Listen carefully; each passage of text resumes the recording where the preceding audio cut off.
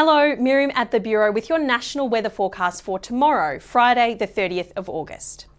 We have a couple more cold fronts moving across southeastern Australia. One late tonight going into the early part of Friday morning, with a second approaching late tomorrow. Now these two fronts will maintain very windy weather across the southeast over the next few days, and some of that showery weather that we've been seeing too. We do have severe weather warnings current for much of southeastern Australia, and you can find the detailed information about that situation in our severe weather video. Looking at the rest of the continent for our Friday though, we've got broadly dry and sunny weather, with heat being the main weather story. Particularly through southern parts of the Northern Territory and southern Queensland, those temperatures may push up to 15 degrees above average. So taking a look around the country now, starting with Queensland.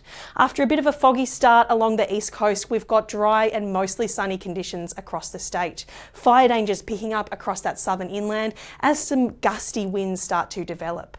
We've got temperatures really increasing as well, up to the high 30s across the west. Brisbane heading for a top of 32 degrees, which is almost 10 degrees above average.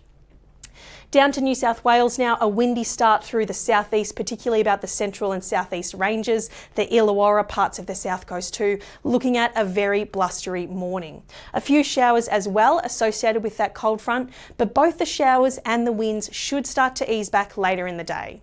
Fairly warm through the north and east, Sydney heading for a top of 29 degrees, although with those stronger winds it may feel slightly milder. Down in Canberra, 20 degrees and partly cloudy.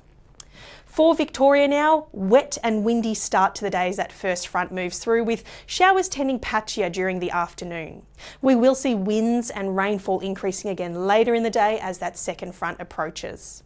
Melbourne is heading for a top of 19 degrees with a shower or two moving through. For Tasmania, a wet and windy start down there as well as that first front moves through, with showers remaining persistent throughout the day in the west, triggering some flooding concerns across catchments of Tasmania. Hobart is looking at a 14-degree day with showers through much of the period, and we're going to see winds persistently strong with the first front in the morning and this second front later in the day. For South Australia now, a few showers across the southern agricultural area early in the morning with some stronger winds about the lower southeast coast as well, but they'll ease back later in the morning before this second front increases both winds and rain again about the southeast coast later in the afternoon and evening. Much more settled and warm across central and northern parts of the state, but Adelaide itself remaining fairly mild with a top of 18 degrees. For Western Australia, we're going to see a much more settled day for our Friday compared to some of that windy weather we've had earlier in the week. Just a few showers about the southwest coast, which may impact Perth at times. We're heading for a top of 19 degrees there tomorrow, with warmer weather further north.